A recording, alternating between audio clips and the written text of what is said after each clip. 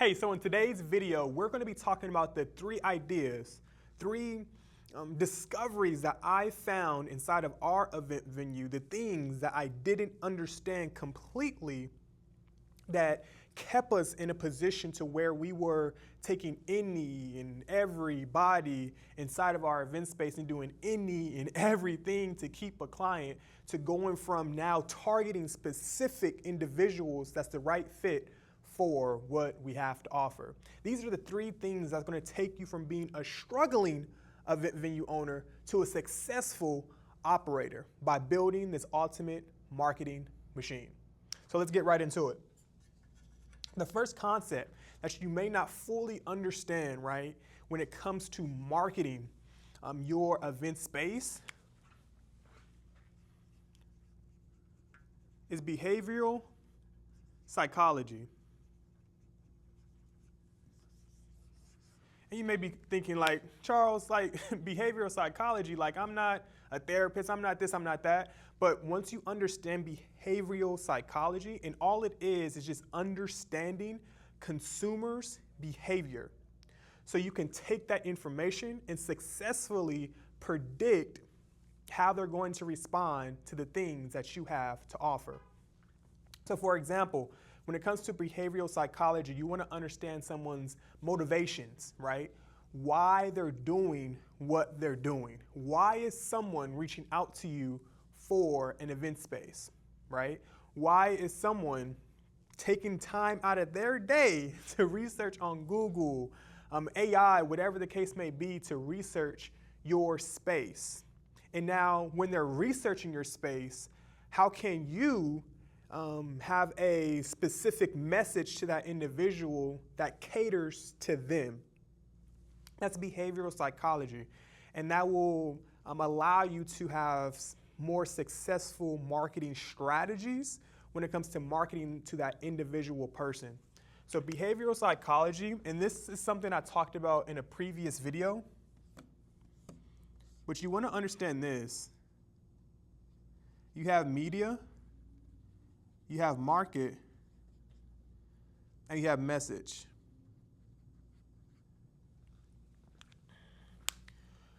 So the market, who is your ideal avatar? Who is your ideal customer profile? We're no longer in the age of saying to ourselves, hey, if I ask you a question now, who do you want to be utilizing your event space? And if your answer is, oh, Charles, I want everybody. I want all the events, right? You will fail to realize that that's not the best strategy. You may be in a space right now to where you may not even have structured packages and you're doing something on an hourly basis. And what you find is that the people who may not be the best fit for your event space are usually your cheapest clients. Now, if that's the case, and if you feel me on that, let me know in the comment section below, because I know from experience, when we were a cheap venue, we catered to cheap individuals, right? Until we finally realized that we need to have structured packages. We need to be providing value that oversees the price. And I'm going to write that down. Value over price. When your value is so high in what you offer, the price doesn't matter to that specific person. When value oversees price, it is always a yes. Remember that. And so your market, ideal customer profile. You can take all of the events that you've previously had, and I want you to ask yourself, out of all those events, what are the 80% that I love doing, right? What is the 80% that was the most profitable, that was great to work with? What is the 80% of people that I love doing business with? And then you'll take that information and start saying to yourself, okay, where did those people come from? What zip codes are they in? What cities are they in? What specific event type was it that people are doing inside of my event space? And how can I take that information to come up with an avatar so I can start marketing to that specific individual? But we just don't want to stop with demographics. When it comes to your market, you just don't want to stop with demographics. You just don't want to stop with age, religion, geographic location. We just don't want to stop there. We want to go deeper. We want to go into the psychographics, right? The psychology on what is keeping them up at night. Is it that their space that they're considering to have their event, hey, a backyard or their house, they feel as though if they have it at their house, they have to worry about cleanup. They have to worry about making sure people are comfortable and they have enough space to move around. Like, what's keeping them up at night to why they're reaching out to you specifically.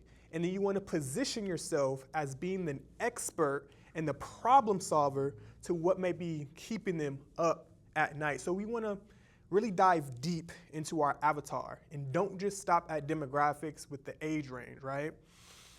One key takeaway I would say is that if you aren't already, when you do contracts, I will highly suggest getting their ID with a signature. The reason for that is because, and you probably already know if you've been paying attention, you have their address, you have their age, their zip code, their birthday. You have all this information that you can utilize and start building out for the last thing I'm going to be talking about. So make sure you stay tuned with the last thing that I'm going to be talking about.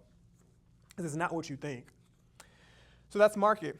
Message. Once you understand who you're targeting, you can specifically cater a message to that individual person. Hey, are you looking for an event space that allows you to bring in your own food, your own alcohol, allows you to work with any vendors without any attached fee, a venue that doesn't have hidden fees, right? This is the space for you. For 60 to 70 people, we are ABC event venue and we cater to you. You want to understand who you're talking to then message that person individually, right? Talk their language, right? And one way that you can start doing that, if your niche is like, hey, Charles, I do baby showers. Like, that's what I do. I know my ICP, which is just your customer profile. I know exactly who it is. You can start going into Facebook groups, right? Mom Facebook groups. You can start even reaching out to yoga studios who help prenatal women with yoga and allow them to utilize your space. Oh, this is a strategy within itself. Allow them to utilize your space and just for them to say to their audience, right, that yoga instructor to say to their audience, hey, this is also an event venue where you can have your baby shower. And right now, they're actually doing this special specifically for baby showers. And now you're leveraging someone else's audience to now put some more revenue inside of your event venue. That's a strategy within itself. So if you didn't catch that, make sure you rewind that. That's the message. And then media. And media isn't what you think it is. It isn't, TikTok. It isn't Instagram. Those are like tools that we utilize. But all that is TikTok, social media, Facebook, all those things are just online, right? You have online media and you have offline media. Some examples to that, social media, like I just said. Examples to offline, billboards, right? Direct mail. That's the key, direct mail. Are you sending out newsletters to your people? Physical, tangible things that they can read and say, man, this is different, right? Because what other event venue's doing that? So this is like the triangle that you truly need to pay attention to when it comes to behavioral psychology. Now, the next thing is math.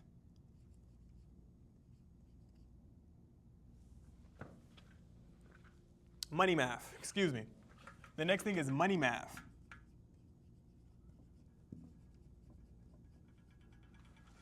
Now, you may be an individual out there. I'm going to put my marker away because this is going to get touchy-feely for some people. You may, right now, boost post. You may, right now, do some one-off, Facebook ads or Instagram ads, right? And you may be thinking to yourself, hey, I've done this before. It just does not work. It's not that it doesn't work. You just don't work. Now hear me out. If you're right now marketing to people, right? You're sending out a message to people. You're doing the media. You're doing Facebook ads right now. The media. You have a message right now. You're pushing it out. But the thing that you're missing is who are you talking to? So again, it's not that the media doesn't work. You just aren't working it correctly. And we have to get out of the mindset of I'm just paying for something. No, you're investing in something. This is an investment. Every time you put money out, you should expect a return, an ROI, right? So bringing back out my marker. Right now for our individual event venue, every time we spend $1, we get $10 back. We spend $300, right? Do the math. We get $3,000. So you have to truly understand the math behind your business. Now, I'm not saying to become a mathematician, but what I am saying is that you have to understand where every dollar goes out, how much money is coming back in. And the way that you do that is not by just cost per lead, which is important. You want to know your cost per lead, but you also want to know your cost per acquisition. How much does it cost for me to get a customer? Now, once you start doing the math, and if it costs you, let's say $200 to get a customer, but every time you get a customer, you make $1,000. So ask yourself, if I gave you $200, right? Or excuse me, if you gave me $200 and I gave you $1,000, how many times would you give me the $200? Answer that for yourself. If it was me, I would do it every single time. If I'm giving somebody $200 and they give me $1,000 back, I'm doing it all the time. I'm really passionate about this because I feel like some event venue owners just miss it. They get so consumed with, hey, I have to plan this event. I have to do the decorations, do the balloon art. I'm stuck in like being a technician of what I do. Like I'm really good at decorating. I'm good at setting up the plates, coordinating. I'm great at that. But when it comes to the marketing of my business, I need some help. And me, the role that I play within the event spaces that we have is the marketer. I can't sit down and walk you through the decoration, the floral. That's not my skill set. That's not my specialization, right? I understand how to do it, but I get specialists to do it for me so I can focus on being the marketer of my business and not just always the doer of my business. So, cost per lead, cost per acquisition. Another few things that I would look into is cost per show. So, example, you get, let's say, 100 leads, right? You get 100 leads. And stay with me because I'm trying to do math on the fly. You get 100 leads. Let's say it costs you $10, right, to get that lead. $10 per lead, you got 100. Now we want to start breaking down the math. All right, so from the lead that actually came in, they're a qualified lead. Now, how much does it cost for them to book a tour, right? From those 100 leads that came in, how many actually book a tour? And let's just say 50 booked a tour, right? Now, from them booking a tour, how many people actually showed up? Cost per show. From that show rate, how many people actually close? Cost per acquisition. And you just want to start going through these numbers. You have a lot of agencies out there that's going to sell you the dream of, hey, I'm going to give you all of these leads. You're going to be consumed with all of these leads. But the question I have for you is it better to be in a place where everybody knows your event space, right?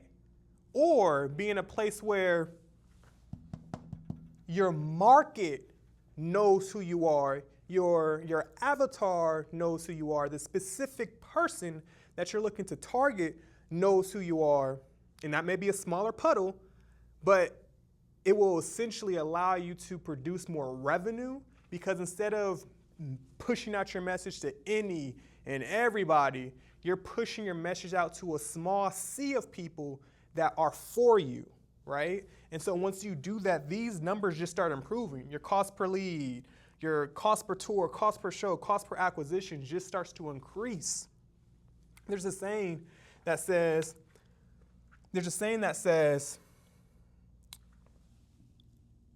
the person who can pay the most for the customer wins. The business owner who can pay the most for the customer wins. The reason why that is true is because they understand their numbers. They understand that every time I spend $200 on a customer, I get $5,000 back. So how quickly can I continue doing that? So that's money math. Behavioral psychology, money math, understanding the math of your business. And last but not least, one that people fail to realize what it truly is, and that's a system. And you may have some preconceptions on what a system is, but a system isn't what you think it is. A system just isn't the software that you use to capture leads. It isn't the payment processor just to capture leads. That's the tools that you utilize for the system. A system is a series of steps to get you to a specific result.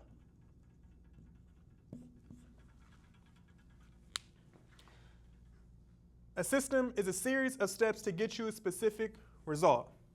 To say it in another way, what I know is a system, it saves you. I use it as an acronym. System saves you, right? Saves you time, energy, and money. Saves you time, energy, and money. Saves you stress. Saves you stress, time, energy, and money. That's what a system is. Saves you stress, time, energy, and money. I want you to remember that, because once you start to realize that you've been doing business, you've been helping your specific clients in a specific way, you start to realize you already have a system. It may just not be documented as a system. And that's where we have to tighten up within our business so we can start catering to the higher level clientele. So when it comes to a system, you have tools, right? You have tools. You have your CRM. You have your payment processor, right? You have your CRM, your payment processor. You have all these different tools. It may be Canva, whatever it is. You have these different tools that you use inside of your business to help you get to that specific result. And so one thing that we do inside of our business is a 3-3-3 campaign. Follow me. A 3-3-3 campaign. And through time, we've advanced this a little bit more, but its most foundational way that you can start doing this is a 3-3-3. That's 3 days, 3 messages, and 3 touches. So what that means is when a lead comes in, when someone comes inside of your ecosystem, comes inside of your CRM, we want 3 touch points within that day. That's a call. If you should have a virtual assistant, you should be taking all your calls right now. You have a virtual assistant. That's calling people. You have an email sequence that's going out. And you can have a voicemail drop, right? Or you can even do a text message. So to keep it simple, phone call, email, text message that goes out as soon as a lead comes in. We want this done within like 5 minutes, but you can essentially have the cadence within the day, but we want to make sure we're doing 3 touches. In your market right now, I want you to go out just to test it, right? And reach out to specific businesses and see how fast that they get back to you.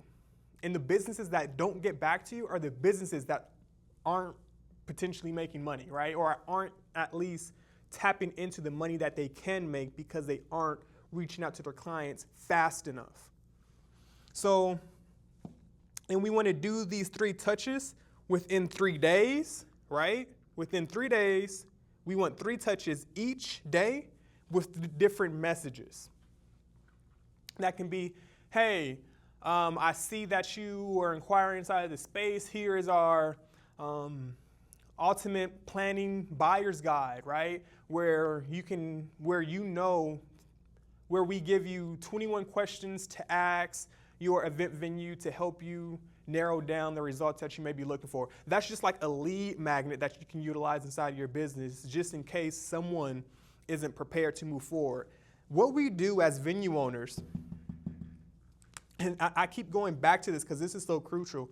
What we do as venue owners, we think to ourselves, because I've heard this time in and time again, I'm going to put my marker away, is that we believe every lead, every person that comes and contacts our space is ready to book now.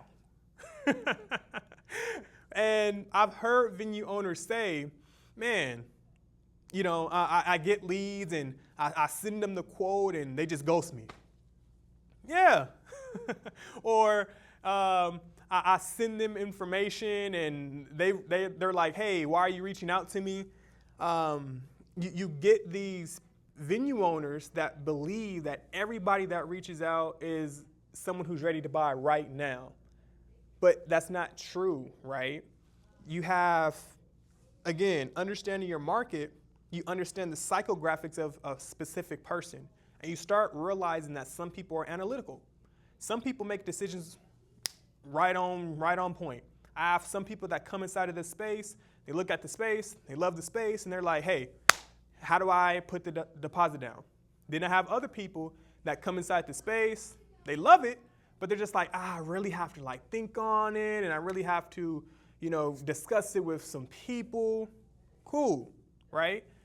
That doesn't say not to ask for the business, because we always ask for the business, and that's a whole nother sales masterclass. However, when they leave, I'm still sending them out offers. Hey, we have this 48-hour offer. Hey, thank you for coming to the space. This is a 48-hour offer where we're giving to you specifically for just coming to see the space, just to encourage them to make a decision. We want to have urgency, scarcity, and an offer. The reason why you're not making the money that you want to make inside of your event space is because you lack offers. Repeat that if you didn't hear it. So getting right back to it, having a system for a specific result and having this campaign that runs 3 days, having 3 messages, which is essentially emails, phone numbers, emails, calls, or text messages, and 3 touches within that day. This alone will help you get 2 to 3 more packages within the month, maybe even more than that. This alone will help you do that. Now, you can get a lot deeper inside of this system when you start realizing the power that it has. And in the next video, I'm really going to talk about principles. Because you see out here in the marketing space is that a lot of people talk about tactics, but they fail to talk about the principles, right? Principles are the foundation, the bedrock on why strategies and why tactics work. So I'll talk about that in the next video. But I want you to really start considering this. Really start saying to yourself, am I talking to that specific person inside of my marketplace and on the right media? Do I understand my money math and understand every dollar spent, this amount of money comes in?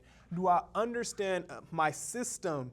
Am I saving myself stress, time, energy, and money and getting to a specific result when the people come inside of my ecosystem? These are the things that will take you from a struggling event venue owner to a 6 to 7 event venue owner. So again, take a look at this board. Make sure you write down your notes. And in the meantime, in between time, I will see you in the next video.